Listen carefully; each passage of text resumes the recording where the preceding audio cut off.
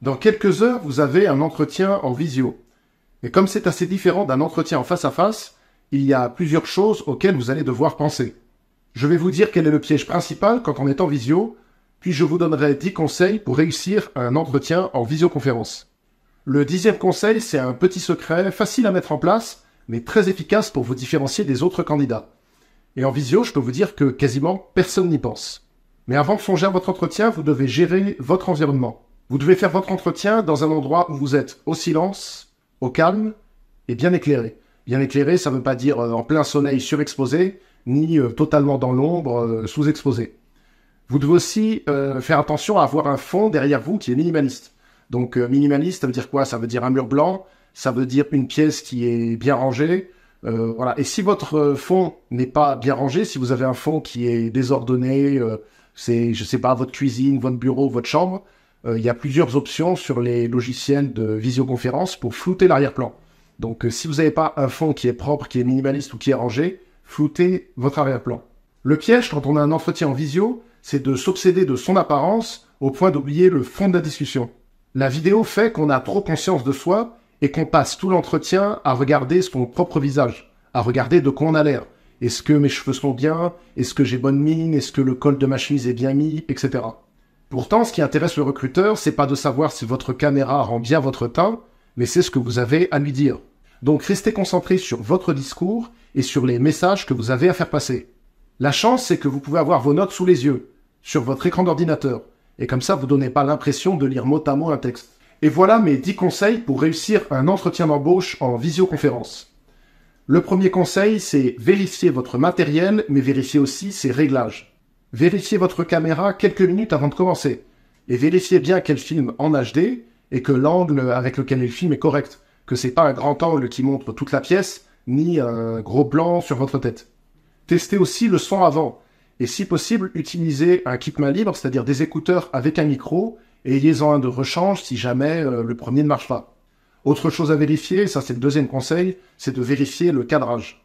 Veillez à avoir un plan poitrine, plutôt qu'un espèce de gros plan sur votre visage. Évitez de ressembler à ça, et faites plutôt en sorte d'apparaître comme ça.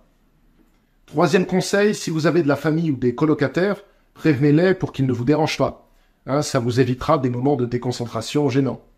Scandals happen all the time. The question is, how do democracies respond to those scandals?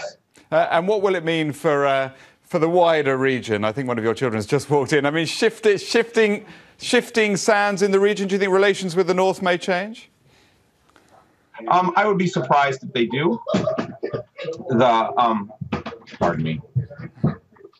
That's right, carry on. My apologies. What's this going to mean for the region? My apologies.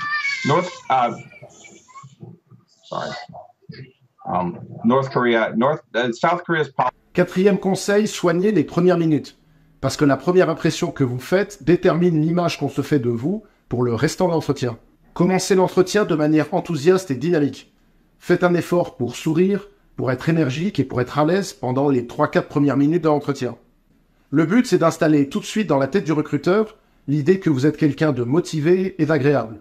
Cinquième conseil, ouvrez à l'avance les documents dont vous aurez besoin durant l'entretien.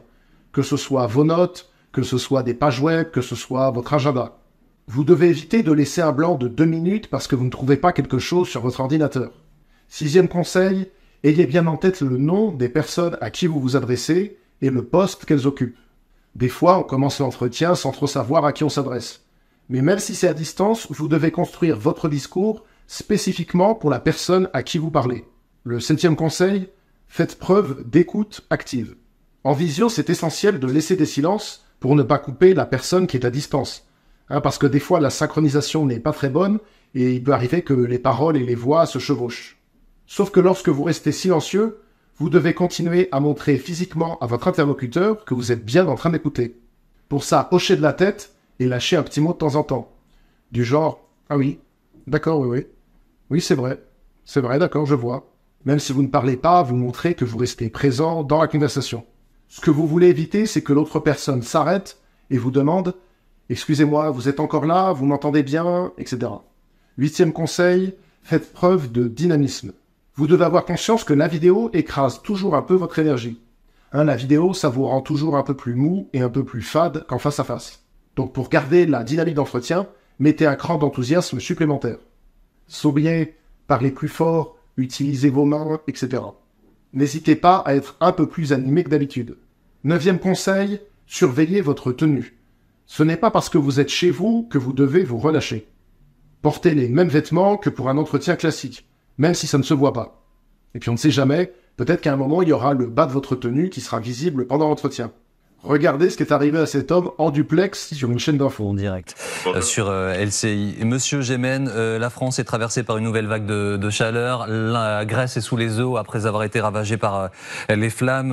La Turquie est également sous les eaux et nous pourrions comme ça faire une liste. Ne cassez pas votre matériel. Nous pourrions comme ça faire une liste. Donc habillez-vous. Et même, pourquoi pas, porter des chaussures en cuir, si ça peut vous aider à vous mettre en condition. Parce qu'on ne travaille pas de la même manière et on ne se comporte pas de la même manière selon qu'on soit en pyjama ou qu'on soit en costume. 10e conseil, alors ça c'est ma botte secrète pour vous démarquer en entretien, c'est un petit truc qui est tout con à faire mais qui est plus agréable pour le recruteur et je peux vous dire qu'en visio, quasiment personne n'y pense jamais. Ce conseil c'est quoi ? C'est tout simplement de regarder l'objectif de la caméra. Vous savez, en visio, on passe tout l'entretien à regarder soit sa tête, soit la tête de son interlocuteur, mais en tout cas, on regarde toujours l'écran. Résultat, il n'y a aucun contact visuel, contrairement à un entretien en face à face, et ça, mine de rien, ça gêne pas mal de personnes. Au point que certains ingénieurs travaillent même à simuler le contact visuel. L'entreprise Nvidia a développé un système de trucage par IA pour donner l'impression que vos yeux fixent tout le temps la caméra, même quand vous regardez ailleurs.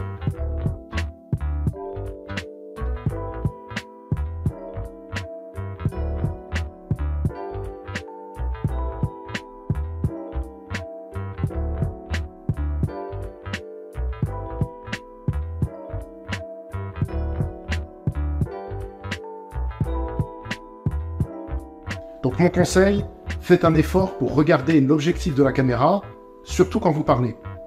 Tous les candidats vont être là à parler en regardant sous la caméra, et tout d'un coup vous fixez le recruteur.